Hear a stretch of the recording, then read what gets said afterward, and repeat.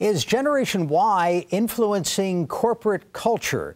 Joining us for this week's Smith Business Close-Up is Melissa Carrier, Executive Director of the Center for Social Value Creation at the Smith School. Melissa, thanks for being with us. Let's start with just what is Generation Y? Well, when we think about the Generation Y, we're really talking about the 20-somethings who are graduating from colleges and universities and entering the workforce. And in particular, this generation is looking to work for organizations that really match their value systems, but also are interested in a job that creates some type of social or environmental impact. And it's really not just a subset of the Generation Y workforce. But there was a survey that recently came out in June by Net Impact and Rutgers University, where nearly 2/3 of those surveyed said they were looking for a job that would create some kind of difference in the world. Now it's the job of corporate America to quash those instincts, right? Hopefully not. Is it working the other way here? Yeah, this generation is really influencing corporate culture. I was joking with a colleague the other day that we should create a top 10 list, the top 10 ways to know that you have a millennial in your workforce. This generation is particularly interested in giving back into their communities, but more importantly, integrating their own value systems in the work that they do. So let me give you one example. Green teams are taking corporate America by storm. Green teams are really grassroots initiatives built from the bottom up, where groups of employees come together to create solutions to some kind of problem. They may, for example, create a competition among departments to reduce their energy usage, or they may work with their local cafeteria to create a composting program. And companies like Citigroup are recognizing that these green teams are popping up all over their facilities around the globe. And so Citigroup created a network by which those green teams could then share best practices in a way that they are able to harness that energy and power of these young workforce. So you see this having a lasting impact on business?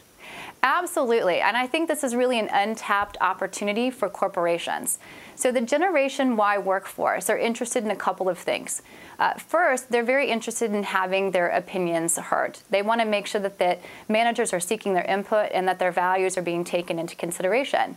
But most importantly, they really expect that the companies they work for create both social and economic and environmental value in everything that they do.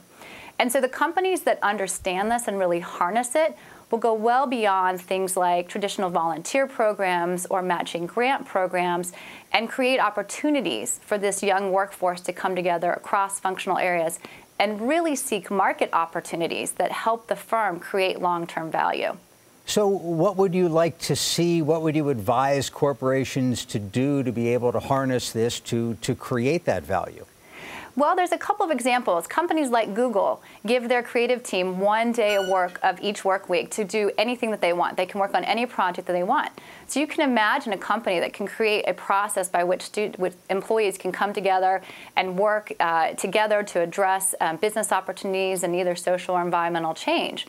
And wouldn't it be interesting even if firms were to create entrepreneurial funds where they could actually seed those ideas for their employees?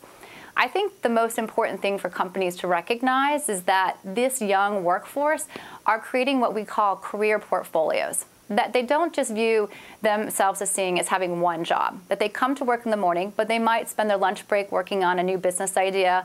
They'll spend their evenings serving on boards of nonprofits, and they might spend their weekends working in their community garden. And so to the extent that companies can create ways for their employees to actually channel that energy towards that long-term value creation for the firm, it's all the better.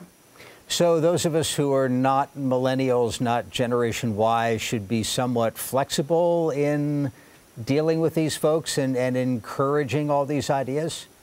Yeah, I definitely think so. I mean, they have a different way of working, and I think it's really important for managers to understand that and to provide the freedom for this workforce to be able to do the things that they do really well. But it's a smart workforce. They understand that they're very interested in things like financial security and a positive work culture, so they're going to be empowered to be in those kinds of organizations and be successful. What was interesting in the survey by Net Impact and Rutgers University was that of those currently in jobs that were creating some kind of social or environmental impact, they were more satisfied compared to their peers by 2 to 1. So as a manager of any company, when you see those kinds of data, you really need to take to account how you might be able to empower this quality workforce to get them to stay within your organization and create the kind of value that you need for your company. All right, good stuff. Melissa Carrier joining us from the Smith School of Business. Melissa, thank you. Great. Thank you, Jeff. Have a great day.